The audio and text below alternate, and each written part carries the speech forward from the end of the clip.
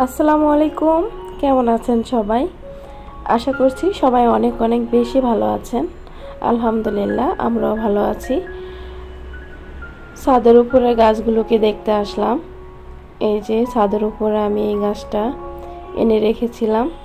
গাছটা প্রথমত বারান্দাতে ছিল, তো আমি ভেবেছি হয়তো ছাদের উপরে রাখলে একটু ভালো হবে, কিন্তু দেখছি ছাদের উপরে রেখে আমার গাছটার 12টা বেজে গেছে। আসলে আমি কিছুদিন একটু ব্যস্ত ছিলাম, সে কারণে গাছগুলোকে খেয়াল রাখতে পারিনি, যত্ন করতে পারিনি। তো শুধু মাঝে মাঝে এসে একটু পানি দিয়ে গিয়েছি। তো দেখুন গাছটা কিন্তু অবস্থা খুবই খারাপ, তারপরেও দেখুন কত সুন্দরভাবে কয়েকটা লাউ হয়ে আছে। তো এটা দেখে আমি কি করলাম, দেখি গাছটাকে একটু যত্ন করি, একটু সবজির খোসা দিয়ে দিলাম। এই যে এটার মধ্যে পানি দিয়ে দিচ্ছি।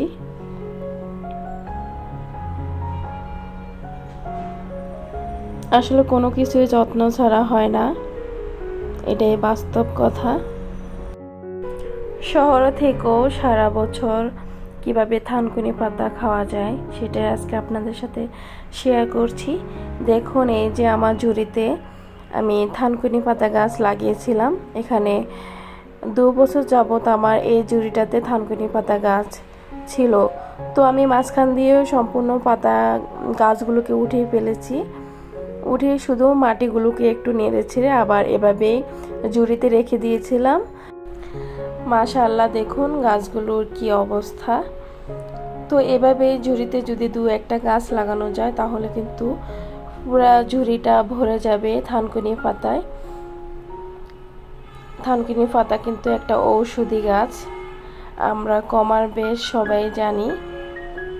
তো এগুলো খাওয়া স্বাস্থ্যের জন্য খুবই উপকার। দেখুন কত সুন্দর সবুজ সতেজ, একদম ঘন হয়ে উঠেছে। আর এগুলোতে কোনো ধরনের সার দেওয়া লাগে না, শুধু মাঝে মাঝে একটু পানি ছিটিয়ে দিলেই হয়ে যায়। আমরা চাইলে সারা বছরের জন্য থানকুনি পাতা এভাবে লাগিয়ে রাখতে পারি। আর একবার লাগালেই হয়, বারবার কষ্ট করে লাগানোর কোনো প্রয়োজন নেই। একবার লাগালে ওই বীজ থেকেই আবার নতুন করে থানকুনি পাতা হয়ে যায়। তো আমি এখান থেকে উঠিয়ে নিচ্ছি। কিন্তু রান্না করে খাওয়া যায় বা সালাদ হিসেবে খাওয়া যায়, ভর্তা বানিয়ে খাওয়া যায়। তো অনেকে হয়তো জানেন। তো আমি আজকে এখান থেকে অনেকগুলো থানকুনি পাতা উঠিয়ে নিব। এই যে দেখছেন আমি উঠিয়ে নিচ্ছি। একদম গোড়াগুলো উঠতেছে না, শুধু পাতাগুলো উঠে আসতেছে। আর এরকম ঘন হলে কিন্তু উঠাতে খুবই সুবিধা। এই যে এভাবে ধরে টান দিলেই হয়ে যায়।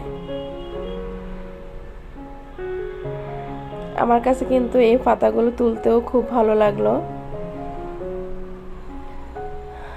আর এই যে দেখুন আমি উঠিয়ে ফেলেছি অনেকগুলোই।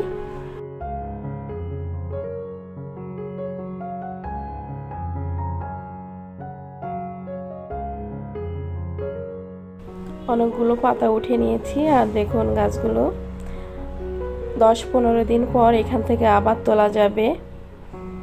তো এভাবে করে কিন্তু সারা বছর খাওয়া যায়। আর আমি বাসায় এনে এগুলোকে একটু ধুয়ে নিচ্ছি। এগুলোকে ভালো করে ধুয়ে নিতে হবে।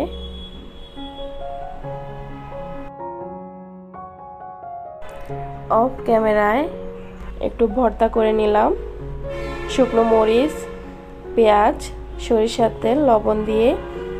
আর এটা একটা ভর্তা রেসিপি আমার চ্যানেলে দেওয়া আছে, আপনারা চাইলে দেখে নিতে পারেন।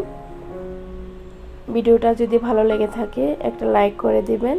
আজ যারা প্রথম আমার ভিডিওটি দেখছেন আপনারা চাইলে সাবস্ক্রাইব করে আমার পাশেই থেকে যেতে পারেন। আজ এই পর্যন্তই, আল্লাহ হাফেজ।